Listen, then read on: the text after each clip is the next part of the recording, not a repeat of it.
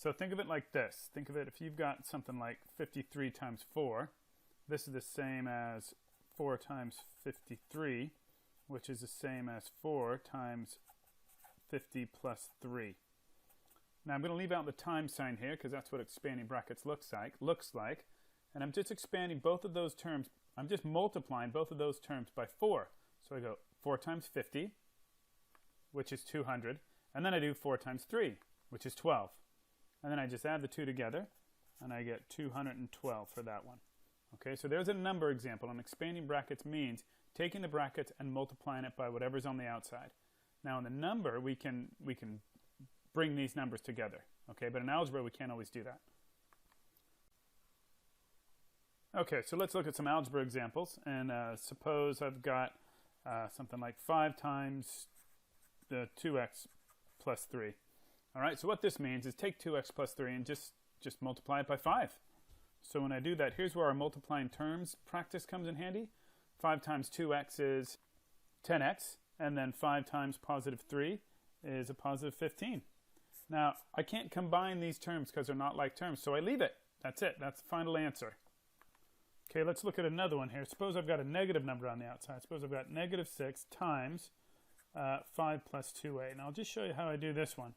I'm still just taking this expression and multiplying it by negative 6. So negative 6 times 5 is negative 30. And then here, I just multiply these two terms. I just go negative 6 times positive 2a. I just multiply them.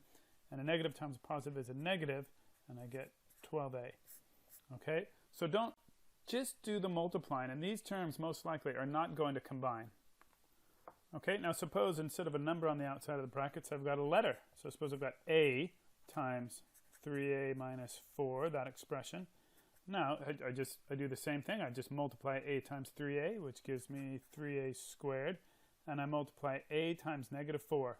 Multiply, not minus. A times negative 4 is minus 4a, and that's where most people get mixed up, is multiplying that second term there.